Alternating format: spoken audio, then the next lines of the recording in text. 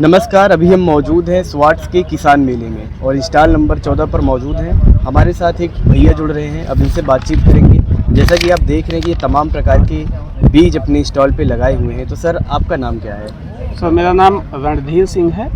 मैं प्रयागराज से ही हूँ। प्रयागराज हेडक्वार्टर से कलश सीड प्राइवेट लिमिटेड को यहाँ पर रिप्रेजेंट करने आया हूँ। तो जैसा कि सर आप जानते हैं कि स्वेट्स में किसान मेला लगाया गया है, तो इसके बारे में आपको जानकारी कहाँ से मिली? ये हम लोगों को फेसबुक और यूट्यूब के माध्यम से जानकारी मिली कि यहाँ पे मेला लग रहा है। हम लोगों ने आया अपना पार्टिसिपेट करने के लिए, यहाँ पे अपनी रसीद कटवाई जो भी है।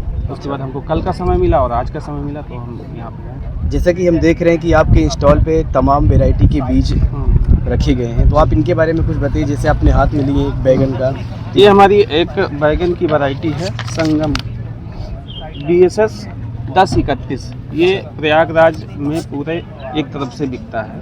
ये ऐसी हमारी वैरायटी है कि ये क्या कहते हैं, रोपाई के 60 से 75 दिन के अंदर इसकी तोड़ाई होने लगती है।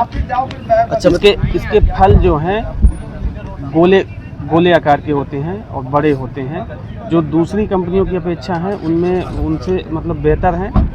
और इसमें सीड की मात्रा कम होती है, इससे लोग इसको ज़्यादा पसंद करते हैं। अच्छा, किसानों की एक शिकायत होती है कि बैगन में कीड़े बहुत जल्दी लगते हैं। हाँ, तो आपकी कंपनी के बीज के द्वारा जो बैगन उगाए जाते हैं उसका क्या रिस्पांस रहता है? देखिए, हम जो वैरायटी बेच रहे हैं यहाँ पे वो रेजिस्टेंट वैरायटी है, लेकिन 100% रेजिस्टेंट तो हम नहीं कर सकते किसी भी वैरायटी को। लेकिन ये है कि यहाँ की क्या कहते हैं, क्लाइमेट को देखते हुए हमारी काफ़ी रेजिस्टेंट वैरायटी है, जिसमें से कम बीज वो क्या कहते हैं कीट लगते हैं और फंगस का भी कम इसमें। अच्छा, मतलब ये किसानों के लायक बीज है, उसका यूज करके वो ज़्यादा उत्पादन कर सकते हैं। बिल्कुल। जैसा कि आपके हाथ में एक दूसरा है, ये कद्दू है, तो इस कद्दू के बारे में आप ये हमारा कद्दू है BSS 750 इंद्रजीत नाम से ये बिकता है। ये ईस्टर्न यूपी में सब जगह बिकता है, कहीं भी इसको आप खोजेंगे ये मिल जाएगा आपको। अच्छा, आप हमारे किसान भाइयों से ये बताइए कि किस मौसम में ये बीज की रोपाई की जाए तो अधिक पैदावार हो? देखिए, ये क्या कहते हैं, हमारा कद्दू जो है क्या कहते हैं, पंपकिन इंद्रजीत BSS 750, ये साल के किसी भी मौसम में लगा सकते हैं, बराबर उत्पादन देता है।